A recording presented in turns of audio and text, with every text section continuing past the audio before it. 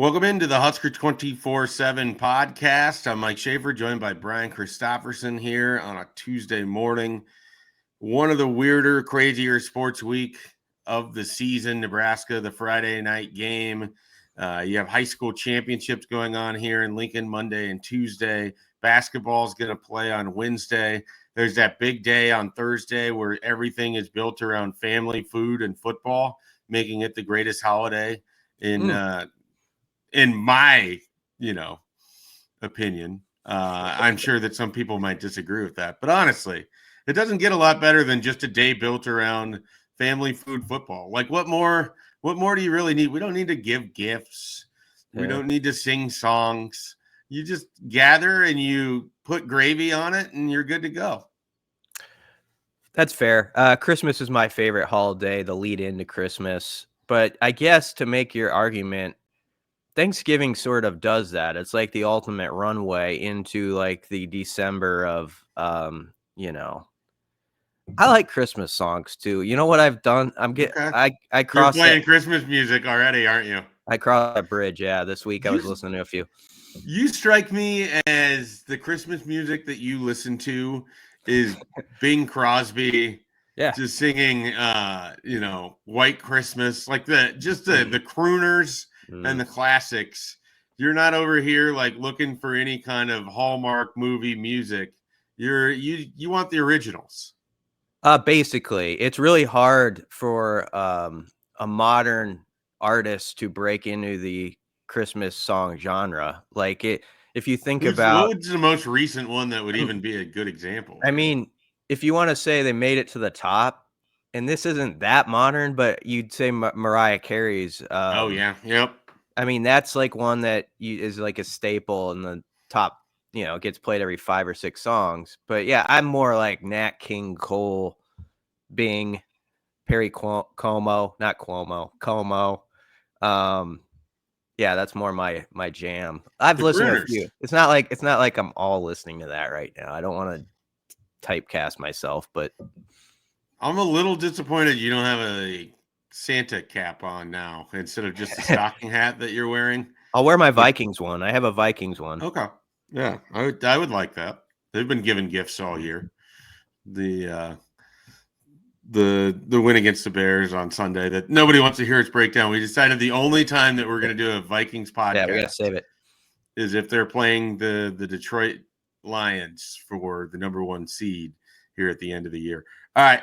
People want to hear us talk about Nebraska, Wisconsin. They don't want any more Thanksgiving, Christmas talk. They want to talk about a bowl-eligible Nebraska football team.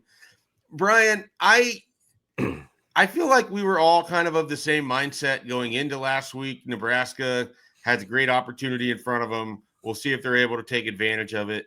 I don't think any of us expected them to put up as many points as they did. But were you all that surprised that Nebraska played well against Wisconsin on Saturday, at least offensively? I thought they'd not shocked. I thought they would be good, but I didn't expect them to be that good. I thought I should backtrack. I picked 20-15. That was my score, and I wrote that it could be a slog. So if you show what I put in writing, I was kind of going off recent history. I think that 15-14 Wisconsin game from 2 years ago was still in my head too much.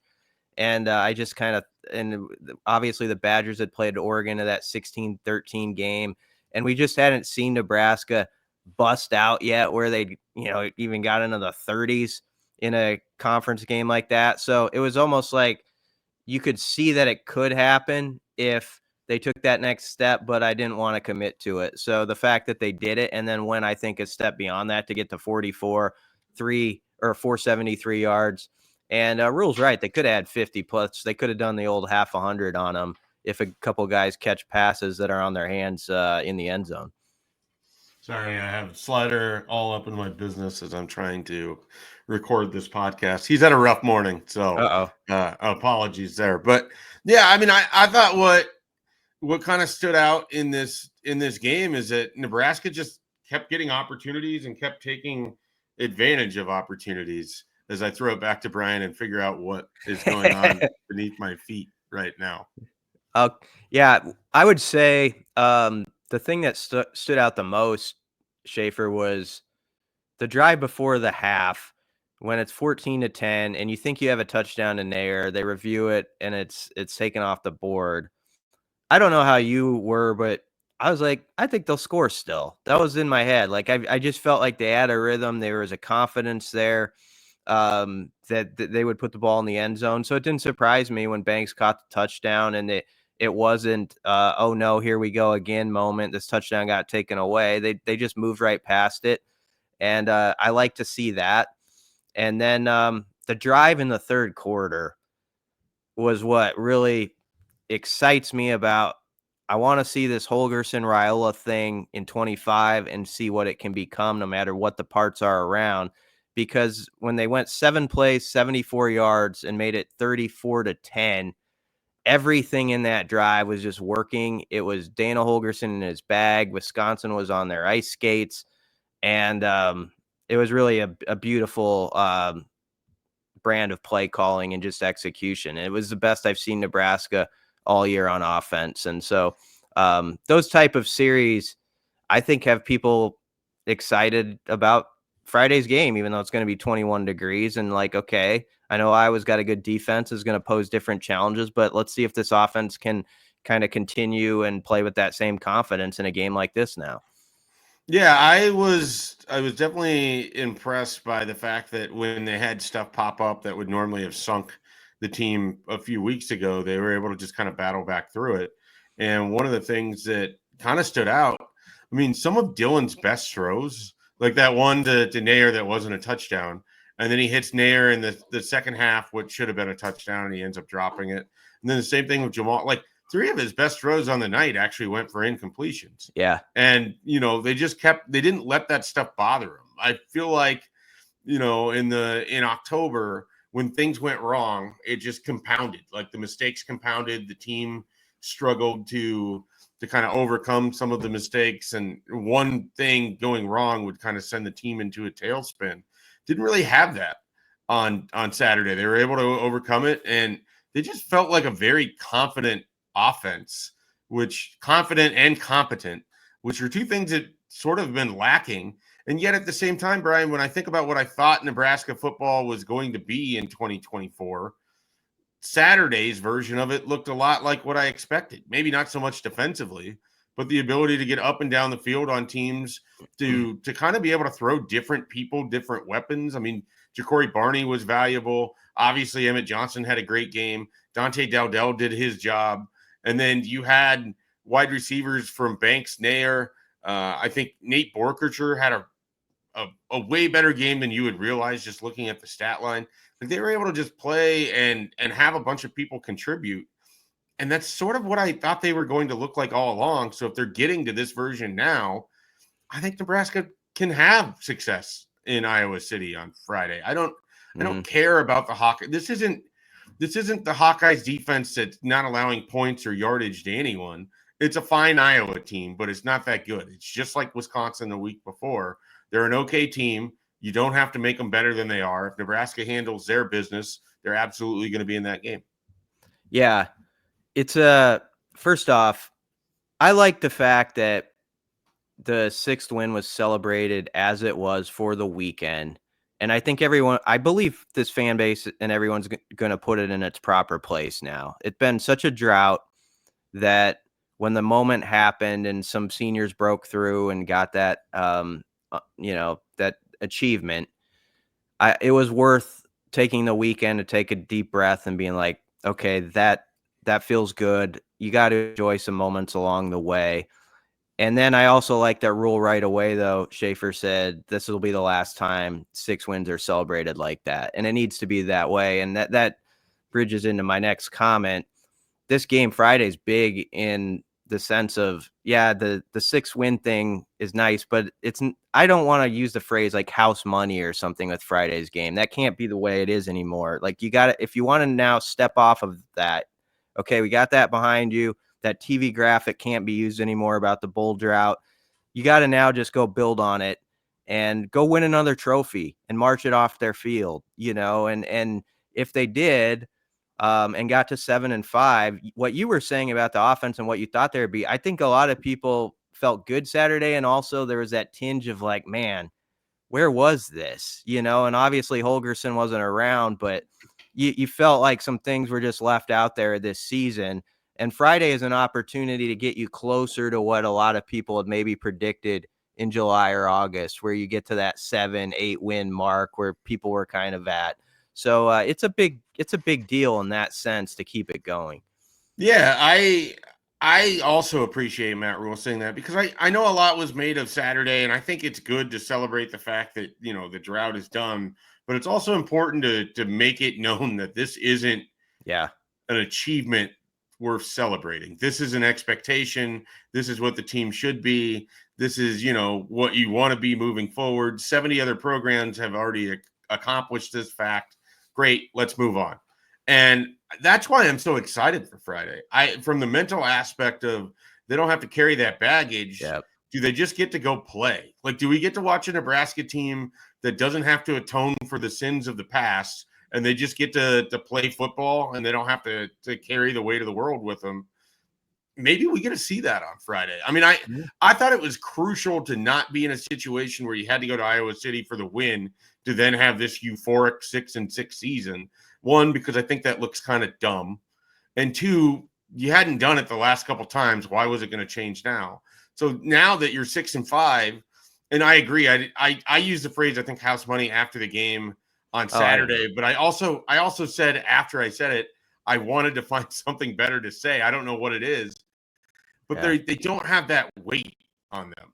And so does that allow them to play a little bit less restricted and a little, more open? And do guys have the ability to go play? I think one of the striking things about Saturday's win against Wisconsin, they just looked confident. They looked like they felt like they were going to go do what they did. And they hadn't looked like that since second half Purdue. Yeah. And that is, we probably minimize it more than we should, but playing with confidence is such a huge part of sports.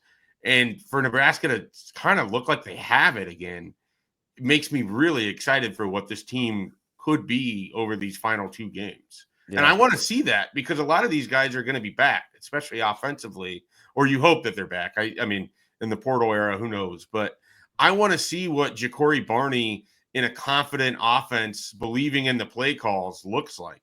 I want to see what Carter Nelson looks like in that situation, or Janiron Bonner, or Jalen Lloyd, or whomever they have out there. Does Emmett Johnson build off of Saturday's game? And is he just a guy that feels like he can take on all 11 Iowa defenders by himself? I kind of think he does. And so, like, how does that play out? And I don't even know if we've talked about it, because I just keep talking.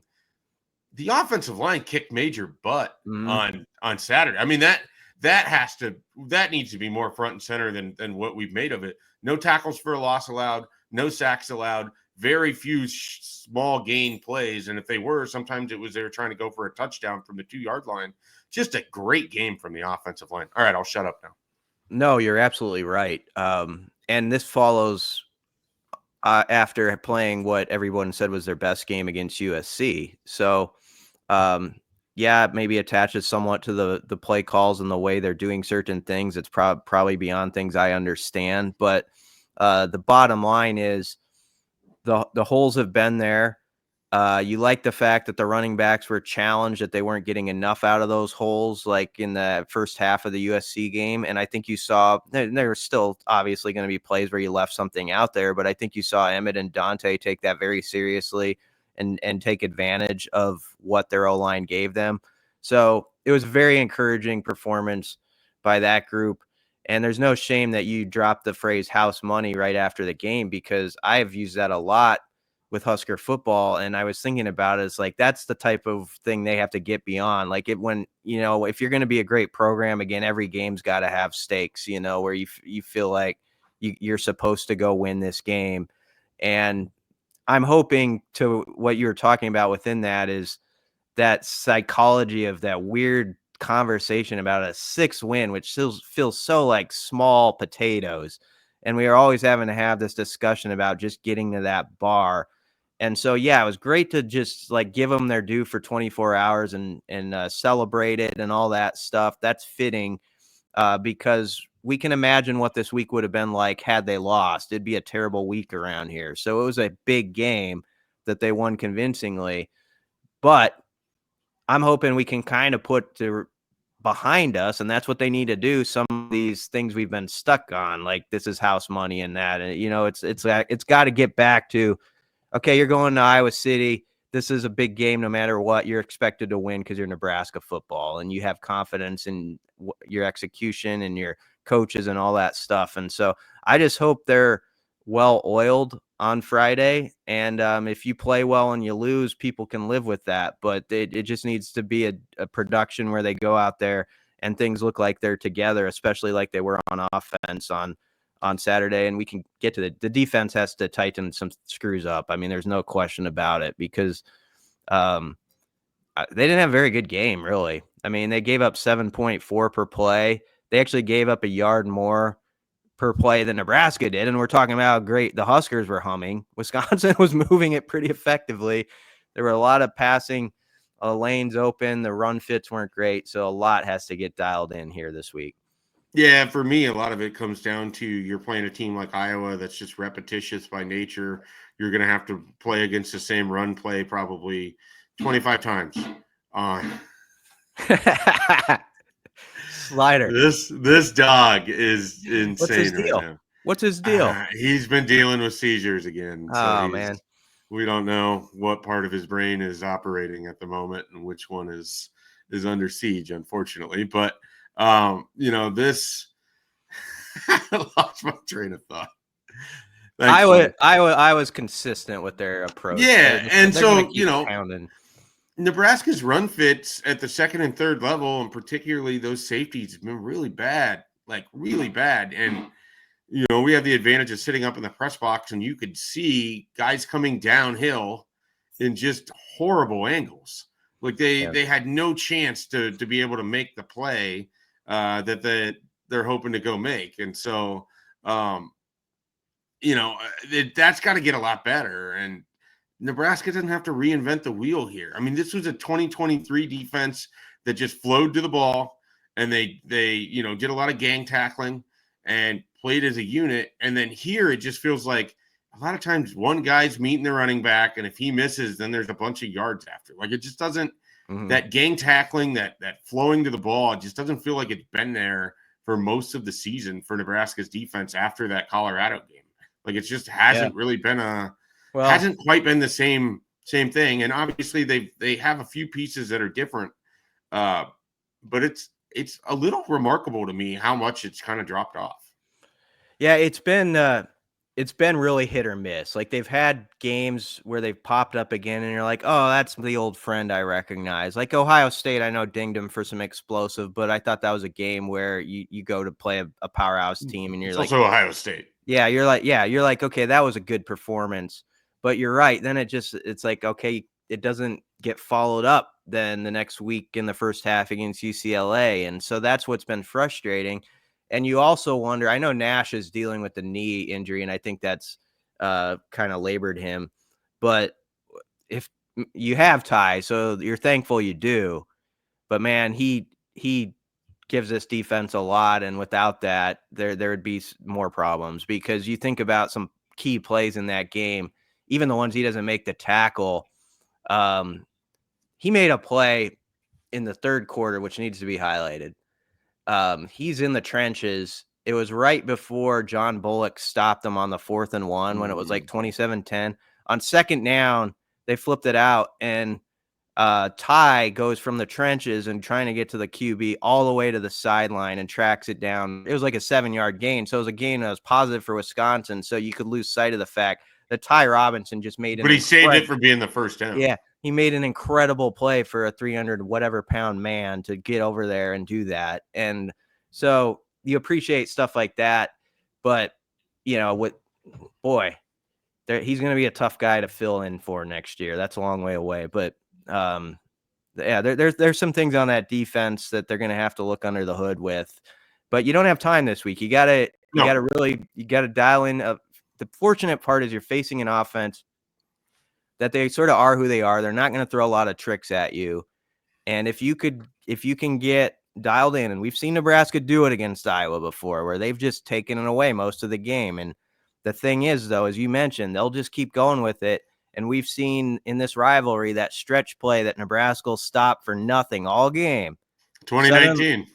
Suddenly it's a 60-yard touchdown, Yeah. or it's that leaky run like they had last year so the kid could barely make a 35-yard field goal, at the very end. So it's stuff like that. You can't let up. Nebraska Creighton has to be the template, like how that defense did not let up for one possession in that game.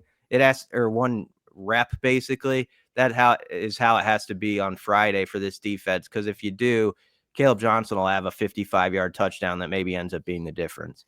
Yeah, I don't remember who the Iowa running back was. I just know that Eric Shenander, I happened to run into him. I don't know if it was post game, if it was somehow the day after.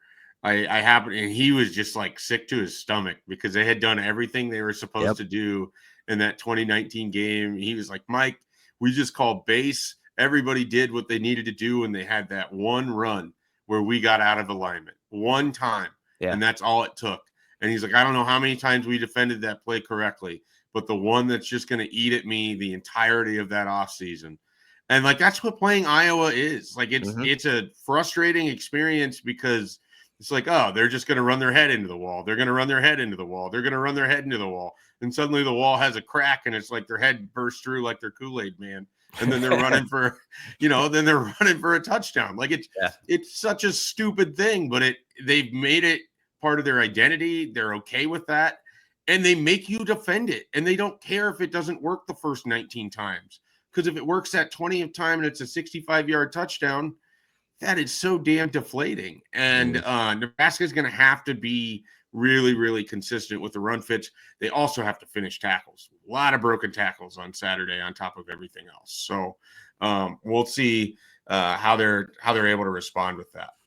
What are real quick? What are the quick like sidebars of this one? Obviously the Thomas Fidone people are going to be interested. Like how much he's involved. He only had 3 snaps.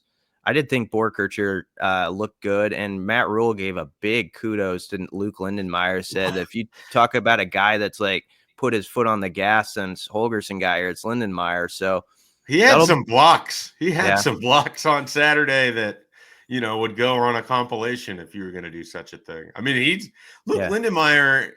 When we talk about Nebraska of NFL guys, we obviously focus on the ones that you think are going to be playing key position. You're talking about the Cam Taylor-Britt, the Cam Jurgens, the guys that are going to be starting out there.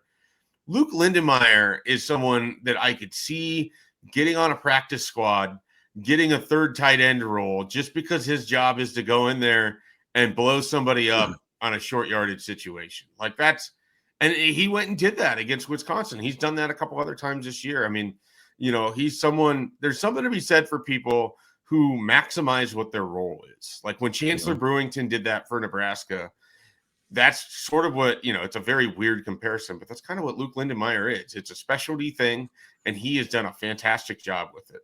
And they're also, sneaking him out of the backfield a little bit and getting a catch here, catch there, stealing 6-7 yards on a chip play. I mean, I like it. I like the usage of it. And I'm glad that he got shouted out for it because he was a factor on Saturday, even if people maybe didn't realize it. Yeah. But that'll be one thing is just people are watching the snap counts right now, but I understand too. People are edgy. This is portal season is around the corner. And so everybody's kind of trying to think, does this mean something? So that'll be one thing to watch during this game. John Hull, he just has to hold it for another game, like be that guy. That's been a remarkable story, though. Rule Would you say he needs to hold on? Yeah, hold on. Rule said there was a couple of practices in the middle of that when it was going bad where he didn't make a kick. And so when we heard about that, there was one infamous week where I think the team made 4 total field goals in game-like settings during practice. And here he is, 8 in a row. A cool sidebar to that sidebar is that if you want to go Inception with sidebars, is Jakori Barney has got close to Hole along the way and was one of those guys who's like in his ear, like trying to encourage or, help him along. And so that's kind of a cool part. And I like the fact, this made me think of this. After the game, both Barney and Raiola talked about their eagerness for 25. And so if people want something that calms them a little bit in this time when there's going to be, this can segue into what we're going to talk about, the 30 to 50 guys who are going to have to leave this team to get to 105. Two big dogs there. We're talking a lot about next year and what they thought it could be. Yeah, and I think, Raiola, I wasn't concerned that I wasn't either, but go anywhere. But Barney, if you want to live under a rock, you can believe that nobody in the country has been talking with Jakori Barney.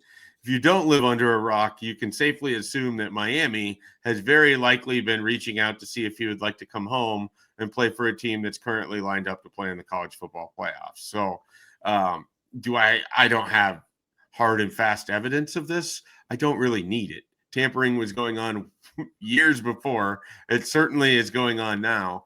The back channeling of all of this stuff exists. And so, yeah, I mean, you got a guy like Jakori Barney. Nebraska has to have an NIL plan for that. They have to make sure a guy like that doesn't come here for 1 year and then go finish his career somewhere else. And he's going to be a really valuable part of what they're going to go do. I think he's a valuable part of selling what your offense is to a Isaiah Mosey, to a potentially Cortez Mills. These are guys that are looking at what Jakori Barney's doing. And, his overall numbers aren't huge. This is a guy who's played 11 games and been a meaningful part of 11 games. Like, has there been a game, Brian, that you can think of where Jakori Barney hasn't had some level of involvement to the finish? I mean, maybe Indiana because nobody played well that day. Yeah. But he was important against Ohio State. He was important against, every other team on your schedule. Like, that's a big recruiting pitch when you're talking to these guys about, hey, why go somewhere where you got to sit for a few years? We've got opportunity right now. We're willing to put freshmen in right now. Are you ready to be that guy? Do you want to come work and be that guy? I mean, that's Nebraska's whole thing. Yeah. And even you mentioned the Indiana game, even something like that. It's good that he had like one game like that where it didn't all fall his way and you experience that and you take it on the chin and he stepped out of bounds on the 1 yard line on the one play and he had a mistake.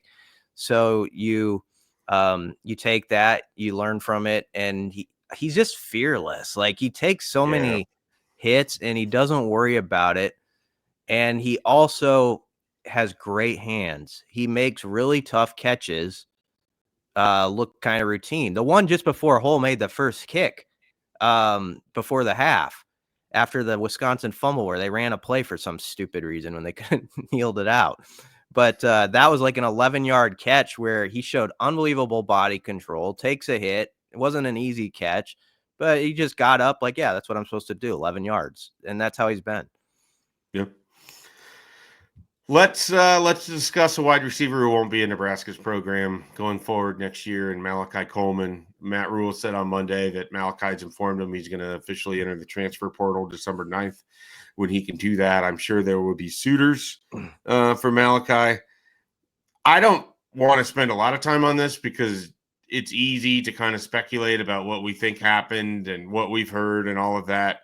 We're not Malachi Coleman. We're not Nebraska's coaches. We don't know the entirety of the situation. I just want to say that it feels like a missed opportunity for both sides in the sense that for Malachi, he had the support of the community, the support of Nebraska in a way that not every in-state player is going to get because of his story, because of kind of emerging the way that he had as a recruit. And then for Nebraska, that's a really talented athlete. I mean, we were talking about trying to go get Cortez Mills and trying to add these wide receivers. You have a guy in Malachi Coleman who can be a special player. And it's just unfortunate that this wasn't able to work out the way that both sides would have probably wanted. Yeah, that's pretty well summed up. I hope he tears it up somewhere. He's got an incredible amount of talent.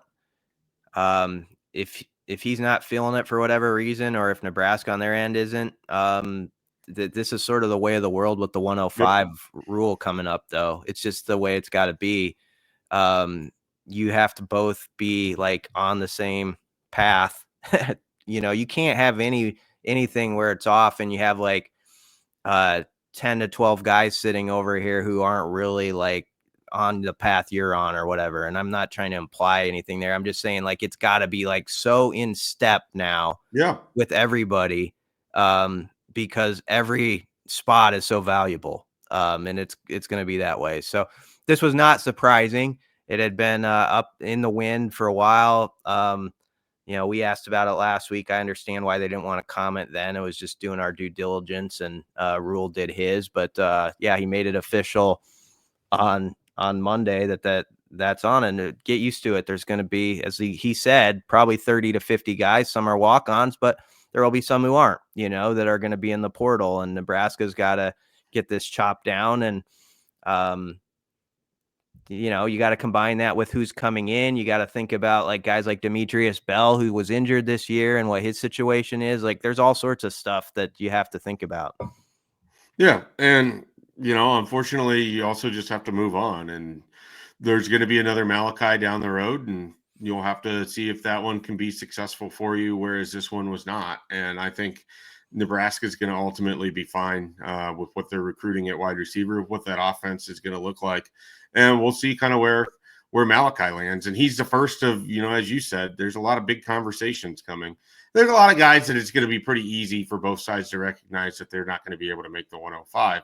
Yeah. But there's the real interesting conversations to me, Brian, and I don't know how better to characterize this, but, if you're thinking of the roster and of the scholarships or the NIL scholarships that are on it, there's probably guys from about like spot number 75 through spot like number 92. If you said Nebraska had 7 NIL scholarships, there's like 17 players that are probably sitting there, not entirely sure. Do I need to come back and continue to develop with this group? Do I need to go seek opportunity elsewhere? Like those conversations after this Iowa game are going to be fascinating. I think about someone like Quentin Ives, and you look at that running back room and the emergence of Emmett Johnson, plus you're bringing in Jamarian Parker and Connor Booth, and then your coach is talking about Makai Nelson. Like, where does a Quentin Ives fit in this? Is Nebraska the right spot for him? On the defensive side of the ball, like, is there somebody in the secondary that's looking at it right now and they're just thinking, okay, you're bringing in more of these guys, you're going to go into the portal, there's probably not an opportunity for me here. And so those are the kind of conversations, it's not just going to be cleaning out guys that are number 135 on the roster to 105. Yeah. It's having the conversations about which of your freshmen, which of your sophomores, which of the guys that you brought in and sold on the idea that you could develop them are going to have to make the tough decision whether they fit still here or whether they need to find opportunity elsewhere. There's also probably, I don't know what the number is. I bet there's like 8 to 12 guys, though, that within their walls are more highly valued than we talk about, or the general public drop there. The GP by BC. Like, this is kind of an obvious one now, but like Nate Borkercher walked on senior day, and he's technically a junior. And you see like how fluid he is, and maybe like, I mean, that's a guy who's been around the program a while now, understands it. Like there's guys like that, which are interesting too, who, the staff might think like, man, he'd be really valuable to have for one more year, as some things are happening. And so it's not always just, I get it. Malachi Coleman was a big time recruit, and that's one of those like headline names and stuff like that. But I do think sometimes there's so much like put on like a name like that there's all these other ones that are just as critical, if not more so, like that have to be decided here in the next week. We have a great example from just last year. I don't think anyone would have believed if John Bullock didn't come back last year. I don't think people would have viewed that as big of a loss as what it would have been. Mm-hmm. It is impossible for me to think of the 2024 season and not think of John Bullock. That's how good he's been. Even on a defense that hasn't been as good as the 23 version, he's been phenomenal. He did it again on Saturday with another 4th down stop.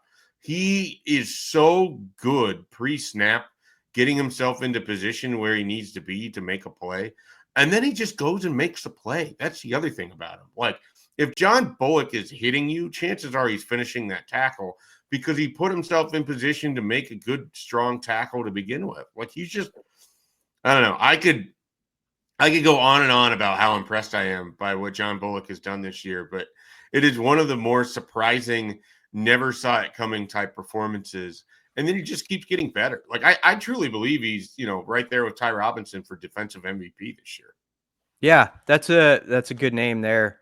Also, who played well? On this is a different topic, but Princewell played well on. He It was made good some to plays. see him. It was good to see him and Cam Lenhart out there for critical snaps. I mean, those guys were people. Some of what happens, and we're always guilty of this, is your brain always makes it seem like, okay, he had a good season as a freshman. He's definitely going to take a step forward as a sophomore. We're going to get more out of these players. It's not always like that. Jalen Lloyd hasn't had a great sophomore year. Prince Will hasn't had a great sophomore year. Cam Lenhart hasn't had a great sophomore year. That doesn't mean these guys are going to get thrown in the trash or forgotten about. It just means that you have to build from a different point, and that the narrative isn't just always, this straight line. Like sometimes it's going to jag to the side, but then it's on you to get it back to going forward. And hopefully performances like Prince Will's on Saturday get that going. Because I don't know where you are, Brian, but I still believe that's a really talented player that could be a key part of your defense. Oh, he's got a high ceiling if he can realize it. And the other couple guys I'd mentioned real quick that have proven, I think they're dogs. That's people love to say that now. DAWG. Dogs. Yeah. Not just the Georgia or the Mississippi Yeah. State people. For the first time in a story about Jawan Gary, I spelled it DAWG instead of DOG. How'd you feel about that? I felt all right. I've been debating doing it that way for a while, and I've crossed over. I'm like, that's how it's going to be, because that's what it's meant. Dog guy now. That's what it's meant. It's meant as the DAWG. That dog in him. Yeah, he's got. You can't be a DOG. Not anyway. Willis McGahee.